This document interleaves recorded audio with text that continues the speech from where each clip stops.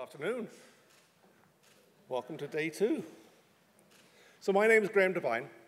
I'm the chief game wizard at Magic Leap, but most people at Magic Leap call me the wandering wizard. That's really kind of more the job that I actually do. And my job at Magic Leap is to help us think about mixed reality and what mixed reality means. So I tend to go around all the offices that we have at Magic Leap and sit with people and get them to use very small words and kind of explain to me what they do, because they're all geniuses, and then help them think about the experience, because we have a lot of people who think about all sorts of things at Magic Leap, but I think the most important thing about mixed reality is the experience. So we're going to talk about that experience today. So I put this in front of every single speech I do, because I really believe it. And I first used this a year ago at this conference. The only reason to give a speech is to change the world. And there's parts of that speech last year that I'll bring up the same slide up again because I want to go through that again. I really don't feel like I got the point across completely. Here's my dogs. I miss them a lot. If you've been following me on Twitter, you know that Callie, our big dog there, is a little bit sick right now. But I bring up that slide because this conference, I've been at it 2 years now. Yesterday, I sat through all the talks in this room, and it is inspiring. It is magical to be here. I sit there and I listen to all the ideas presented on stage, and my head is exploding with inspiration. And so I think this is such an incredible conference. So today, we're going to talk about what does games for change mean in mixed reality? What does that kind of do? And as an example, because I can't yet go to games for change or mixed reality, I'm going to talk about what I think is the killer app for mixed reality. What do I think mixed reality will actually be when it's fully formed? This is my desk from 1983.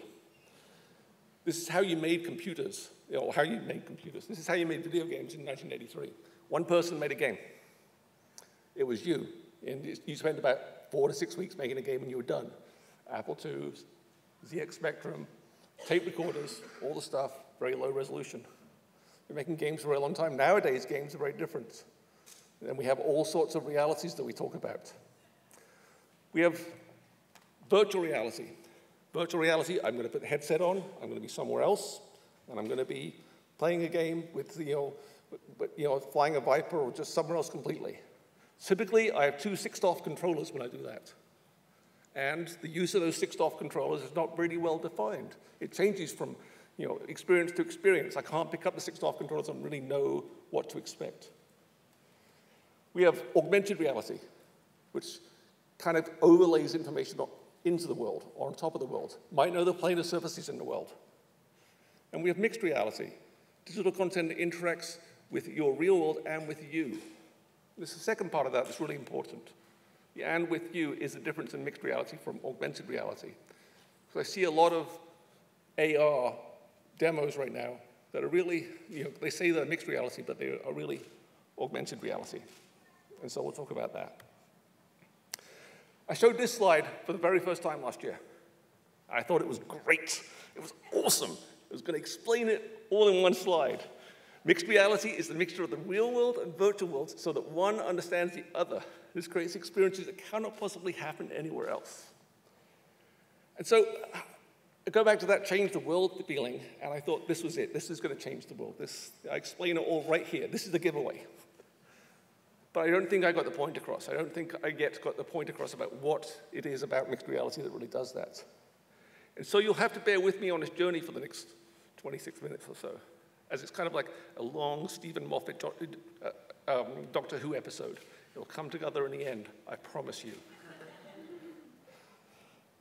So back in the 1940s, this picture is shown all the time as something which is like, the world has not changed. The world is exactly the same as it's always been. People used to get on a train, read newspapers with their heads down, and just focus on what was there. Now people do that with smartphones. The world has not changed. I use this picture to show the world has changed dramatically. It's insanely different from this picture. Those people on that train are reading 1 or 2 sources of information from their hometown that they get in the morning. There is not multiple sources of information. They're reading 1 or 2 sources of newspapers You know, a national one and a local one, depending on which one they take on a train, that's all they have for their news that day. And their only opportunity to talk about it is either on the train, at the place of work, or at their home later. They have to talk with different groups of people as their day goes by. Now we compare this today. These people are having dinner, but they're not having it with each other. And I go to restaurants, and I see this all the time. It's, you know, it is weird. Information has changed dramatically. Those people are sitting down with their heads down in the world, talking to friends that they agree with. Listening to news, and going to news sites that they agree with. And they are no longer present in the world with different people. They're present with their friends who all think like them. And so we see this in society today. We see this as kind of, well, I see it as kind of a problem. And I see the promise of mixed reality as kind of the ability to bring people's heads back up into the world. If we can just do that with mixed reality, if we can just bring people's heads up into the world to interact directly with the world around them again, I believe we'll be doing great things. The problem is, this universe right here, or this galaxy, this whatever, is in mixed reality. This exists in mixed reality. This is right there with us. In any mixed reality experience I do, this is right there. How do you make experiences that do this? How do you make experiences when we don't even know the first thing around mixed reality? Let's look at a few other platforms. Radios came out, 1920s. And I clipped this picture so that scary doll was still in there. Because, what the heck? Who would put that there? That's just weird. And so in the 1920s, radio came out. And before the 1920s, record players had come out. And people bought record players, and they bought records to listen to music in their homes. And those record players and those records had kind of destroyed people owning instruments, because now they had a way to listen to music that wasn't just when they played it in their homes on their own.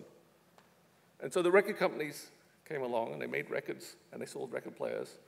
But radio came along, and all of a sudden started to kill those record company sales. And at the time, those record player companies also were the ones who sold the records. In 1931, 2 in 5 homes had radios. By 1938, 4 in 5 homes had radios. And the record industry took a dive. These sales were, went from being huge to being almost nothing. So they sued under existing copyright law the radio stations, and they won. And all of a sudden, their source of revenue was restored, and it went on to soaring heights of gaining royalty revenue. This is a lesson that the music industry has learned again and again. When television came along, it was also an atom killer. Killed radio. First TV sets in 1930 only had 48 lines, but by 1942, there was 5,000 television sets in North America. The war happened, that kind of limited things. By 1947, there was 44,000 television sets in North America, 30,000 of which were in the New York area, because New York has had the infrastructure to support, TV broadcasts and what TV's meant. Now, television format of programs on them was news, sports, plays set forward in front of the TV camera. We had not yet reached that comfortable contract we had with the viewer that is called the TV episode. Episodic content came along in the 60s and 70s. And by episodic content, I mean that weird contract we have with the viewer of everyone's okay on the Starship Enterprise and it's all cool and good. Something really bad happens and the Starship Enterprise almost explodes, and it's very, very bad, and then they fix it, and then the Starship Enterprise is okay again. No matter what the show is, no matter what it is, a crime show, a science fiction show, that was the format that we followed. And if you think about it, that is a pretty strange format for stories. But it's what we've found acceptable as narrative on television, and it's what we love about television. But it took maybe another 20 years after TV was first introduced for us to find that comfortable format. Video games came along in the 80s in the form of arcade games. And they killed pinball games pretty darn quick. The controls on arcade games were varied and quite different. But Young people will come into the arcade, spend their 25 cents, and go and play these games, and they would get in there and they'd learn the controls. But it never took off with the mass audience. It never took off with mass people because the controls were all so different. It wasn't until the home console came out that video games really became mass market. The first home console started to ship in the 70s. The Atari 2600, how many of you had one of those? Introduced in 1977. I did. I worked there. But if you think about it, the home console was a huge risk. The home console in the 1970s had to plug into a television set. And the television set was the only one you had in the house. It was in the family room. There was no VCR. There was no way to record anything. If that episode of Star Trek was going to be on and you were playing Pong, you were going to miss that episode of Star Trek. Video games were the first peripheral and that required, for television sets, they required you to own it. Fortunately, it did well. Fortunately, along came VCRs, other peripherals, along came other things. And later in the 1990s, we discovered that comfortable contract again with players of the controller. I'm going to move one controller around, will move the camera in 3D. The other controller will move the character around in 3D. And more or less every video game today follows that exact formula. I can sit down in front of every video game and more or less be comfortable very, very quickly, moving the camera around, moving the character around, and all the other stuff might be different. One might shoot arrows, one might just jump, one might be something else. But those two controls, camera movement, character movement, are the same, and I get comfortable very quickly with whatever game I play. That took about 20 years for us to reach that kind of contract with the player, to understand, for people to understand and be comfortable very quickly. That's not to say it wasn't awesome in 1977. It was freaking awesome. It was the best thing on the planet. But what does that mean for mixed reality? What's the comfortable contract with the user of mixed reality? What's the comfortable thing when everything is in mixed reality? Everything we know is in it. Do I use my hands? Do I use my eye gaze? Do I write things on the ground? Do I use a controller? Do I use my smartphone? Do I use the way I'm looking and walking around? Do I use all of these things? How do I control mixed reality? What is mixed reality? How is it part of my environment? We don't have the same controllers. We don't have the same comfortable screen that we can move around. We don't have the same things that we have with TV series yet. There's only 3 things that I can tell you that are great mixed reality applications today. I will pay to be entertained in mixed reality. I will line up at a theme park, or I'll line up in a shopping mall to put on a mixed reality headset, and it will be awesome.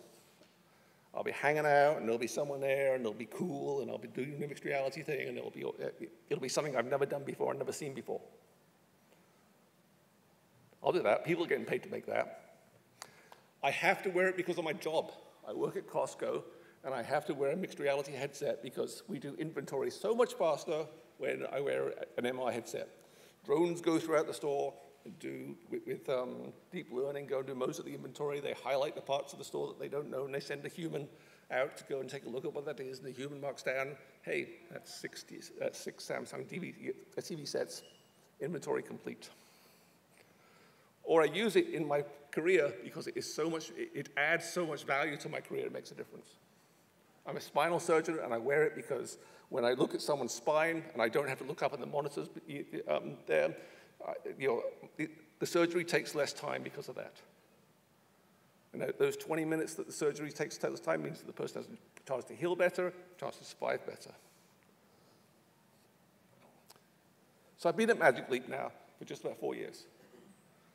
So what has Magic Leap learned about mixed reality? 4 years ago, we made this demo. It's called Gerald Goes Bananas. And we loved it. I mean, you throw bananas into the basket, and Gerald throws them back at you, and you score and stuff, and it's great. This is one of our earliest demos that we actually made. And the conclusion we came to was, hey, that's kind of fun, but it's not really mixed reality. This is augmented reality. It's just using the planar table there, sit and put some stuff on top of it, and play a cool little game on it. This game might be cooler on a laptop or on a console or elsewhere. It certainly isn't using the environment around me to create a more interesting experience. So awesome, but it's where, what we think of it now as augmented reality. And this is where I see augmented reality at still today. And a lot of applications claiming to be mixed reality look just like this. So 4 years ago at Magic Leap, we decided to have something we call Pitch Fest. And the idea of Pitch Fest was the company would pause, and we would think about what mixed reality actually is. So all of the content group paused for a little while, thought about it. And we invited everyone across the company, there was a few hundred of us at that time, to actually submit ideas. But we had a few rules. Your idea had to pass the 5-mile test. The 5-mile test is, I'm 5 miles away from my house, I've forgotten my smartphone, do I go home and get it? Well, yeah, I need it for Twitter. I'm 5 miles away from my house and I've forgotten my Apple Watch. Do I go home and get it? Nope. Not enough on it that makes it valuable. Well, how far? I've locked the door to my house. Nope. I'm come out of my bedroom and it sits in, well, maybe that far. So the 5-mile test was something that each of those submissions had to answer. The toothbrush test. Is it something I will use every day? Is it something I will come back to every single day and use because it's in mixed reality? And that's keenly important because we see an awful lot of applications that are awesome. You're like, that was great, that's a great experience. I'm done with it, but cool. Does it pass the Halo test? Will I buy a mixed reality device because of this application? Because it's so awesome that I want to buy a mixed reality device. Is it innovative? Does it make something in the world so useful? Does it make my notebook, my coffee mug, my whatever in the world so much more awesome because it's in mixed reality that I'm sad when I don't get to use it in mixed reality? Or is it so awesome because it exists only in mixed reality that when it's not there, I'm really sad? Does it use mixed reality?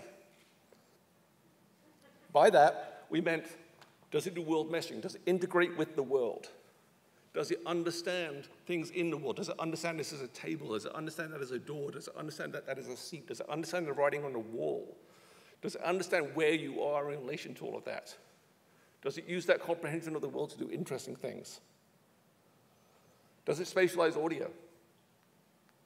This was something that we learned very early on, that spatializing audio for the objects that you create in mixed reality are really important. It adds to the belief of something being there. And when you spatialize the audio properly, so it appears as that it's there in mixed reality, it makes a tremendous difference to believability. What are the controls? And here, we invited all sorts of controls. Everything was on the table. And can Magic Leap learn from this? This is perhaps the most important point. Can Magic Leap learn from this and learn what mixed reality is? So I sent an email out to the company with these rules about what to do, and we were expecting maybe 20 or 30 applications. We got over 200. And from those 200 applications we got in the company, we whittled it down to 20. We found ones which were alike and ones which were similar and put them into 20 groups. And we made those teams do actual presentations. And I would go around the company, and I'd be looking in the meeting rooms, and there would be people in the rooms, all meeting around from marketing, from engineering, from content, and then on the wall there'd be someone on a hangout in a bunny suit, in a clean room suit. Because they were so excited to actually get into the meeting, they stayed inside their clean room, and they were calling in from the computer on a clean room suit. And it was great. It was just great to see the whole company innovating across that. And out of that, we got a bunch of fantastic presentations. All sorts of ideas that we hadn't thought of before in mixed reality that came across from the company. We also found new leaders within our fledgling company. Something that we didn't expect to find as a side effect was we saw leaders that rise up and lead teams. And some of those leaders still in leadership became into a leadership position today at Magic Leap. It was wonderful to see that. So some of the things were like, vroom. What's racing like in mixed reality? And it turns out, making the racetrack in mixed reality, going around under the table and doing things across the room, that's all cool. That's all awesome. That's fun as heck. Controlling the car, that's really hard. That's really, really tough. I'm not saying it's impossible for us to control the car. We just never found it. But we noticed afterwards when we watched videos of people doing, race control cars that they stand in one place. Well, it turns out there's a really good reason for that. Orientation is really important when you race cars. But when things are going under tables, you've got to move around. And so we never found a control scheme that works. We tried Impulse. And Impulse wasn't truly mixed reality, but it was fascinating. Impulse was all about movement, aided by mixed reality. What's it like to learn to dance in mixed reality? What's it like to learn to walk differently in mixed reality? What's it like to do yoga in mixed reality? What's it like to just learn to stand still? Stop for a second. So that was fascinating, especially when you did it with more than one person. You actually learned to interact in new and different ways with people through movement. But our favorite one was Catastrophe. Because who doesn't love internet cats? I should just leave that slide up there. In Catastrophe, the idea was you had a controller that was either a water bottle or a laser pointer or a little cat toy with a bell on it. And you had to herd the cats into the carrier and get them to go into the carrier. And there was 20 cats. And you had these toys you could put down on the floor that they would use and see. You put the tube down and they would recognize it was there and they would do interesting things. And there was a line to play this at the Pitch Fest demo. People were lined up for hours to go and play this thing. And what we noticed was every single person would use their feet to try and herd the cats. Didn't do a thing, but they thought it did.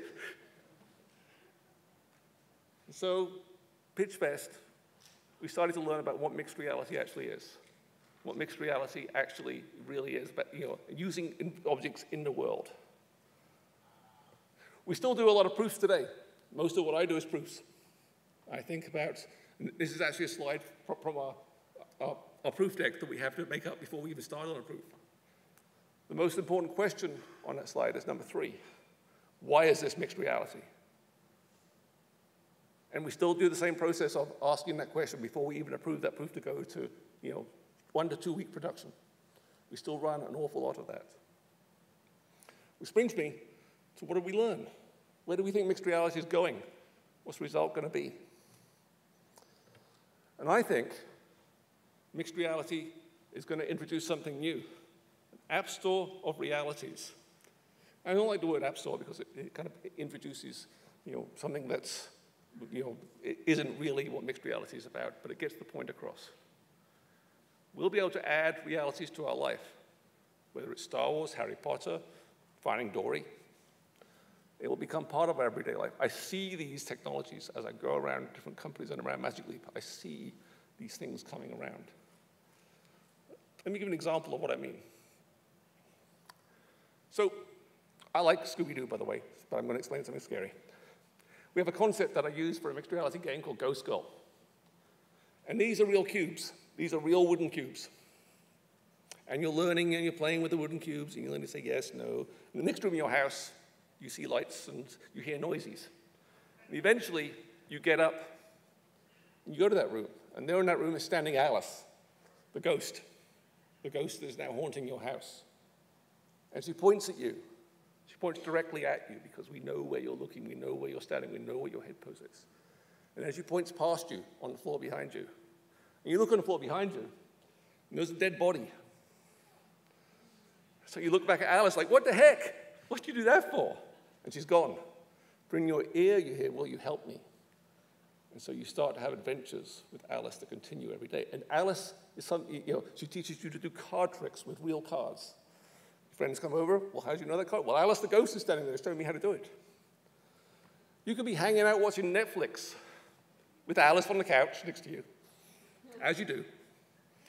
And in Stranger Things, they have this Ouija board concept of Christmas tree lights on a wall, and Alice can look across at you and say, Graeme, they don't really call it the upside down anymore. It doesn't really look like that. But this Ouija board idea, we should totally try that. Why don't you go and get your Christmas tree lights down from the attic, put them on a wall, put Post-it notes under them, and then A through Z and go do that. So I go up to the attic, I get the Christmas tree lights down, I put them on my wall, A through Z, and switch them on. Now I know where all the lights are at, and I can add, through the magic of adding photons to the world, make any of those lights now real. And I can go on an adventure with Alice and start to communicate with the other side. When my friends come over, they look at the Christmas lights on the walls, like, what the heck are you doing, Graeme? Well, I'm communicating with the other side with my ghost, and it's, it's complicated. But you don't see that in video games. And I've made you tidy up your Christmas tree lights. I call this concept everyday adventure. And let me go one more step and talk about what that actually is. Alice is part of your life. She is part of your home. She is perhaps the character that you talk to the most. You talk to Alice more than any other human. She's conversant. She's real to you. I see these technologies. I see these things beginning to form. I see this on the horizon. Alice might be staring out on the road, watching ghosts go by on the outside, as ghosts do. And she looks at you, she looks sad, and she's looking at you. You haven't started an adventure with her in a little while. And she's, Graeme, will you go out at midnight and tell my brother that I love him? Yeah, of course. And so I'm going to go out into the middle of a street at midnight because an imaginary ghost told me to, wait for an imaginary ghost's brother to walk down the street and say, Alice says to say that she loves you. And the brother looks sullen, he looks back at you and says, tell her it's too late. So like, what the heck? Go back into the house and tell Alice that I saw your brother, but he said it's too late. What does that mean? And so another adventure starts with Alice. Another everyday adventure starts with her. And whether it's Star Wars, Finding Dory, anything, that it doesn't matter what I do, whether I'm a lawyer, a video game designer, a sculptor, everyday adventure will be part of my life. I believe that will define a generation. Conclusions. Iteration in a new medium is a must. We saw that with radio, with television, with video games, that it takes time for the medium to find that comfortable contract with the player, with the viewer.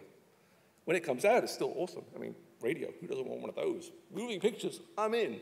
Atari 2600, most wanted gift for Christmas. But it takes time to find that comfortable contract, that unwritten contract with the player of what actually is kind of that episode, that radio play, that video game. So it takes time for a platform to find itself. Cats always win. I'll tell you one more quick thing about a cat. We tried to make a real cat, just a cat pet in mixed reality. And it would go and it would hide a lot because we wanted you to move around and look under your furniture and things. And it was pretty successful. It'd leave paw marks on the ground. It'd be really cool. And people loved it. And they all got down on the ground because we're very kind of, we've seen a lot of mixed reality, imagine. And, but everyone got down and tried to touch the cat. And then a lot of people, at the end of it, they would come out of the experience and they'd look around the room and they'd say, where'd the cat go?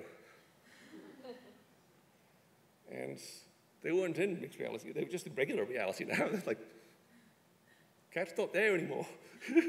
What do you mean? Where'd the cat go? Cats always win. The interesting thing there I learned from yesterday was that maybe the act of hiding, maybe the act of the cat hiding was still present in that person's brain, and maybe that was the thing that made someone feel as if the cat was still there. Cat was still there, it was just hiding. And I believe everyday adventure will define a generation. Thank you.